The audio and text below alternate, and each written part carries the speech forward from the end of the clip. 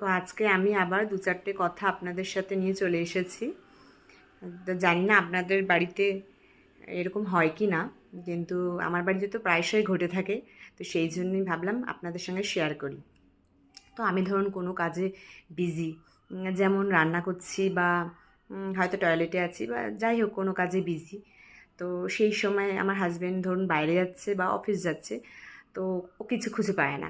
ও কোনো সময় কিছু খুঁজে পায় না। যদি গামছা, হাতের সামনে কিন্তু গামছা আছে, কিন্তু তাও কেউ খুঁজে পাচ্ছে না। তো সেই বলতে থাকে গামছাটা কোথায়। তখন আমি বলি গামছা কোথায়, গামছা তো সামনেই আছে, হয় টয়লেটে আছে নাহলে ব্যালকনিতে আছে। তো ও খুঁজে পাচ্ছে না। গামছা ওকে দেখছে, কিন্তু ও গামছাকে দেখতে পাচ্ছে না। এটা হচ্ছে আমার বাড়ির বড় সমস্যা। আর আর যদি বলি, তো যা ধরুন ভেতরে স্যান্ডো গেঞ্জি, তো স্যান্ডো গেঞ্জিও খুঁজে পায় না। আমি দেখতে পাচ্ছি যে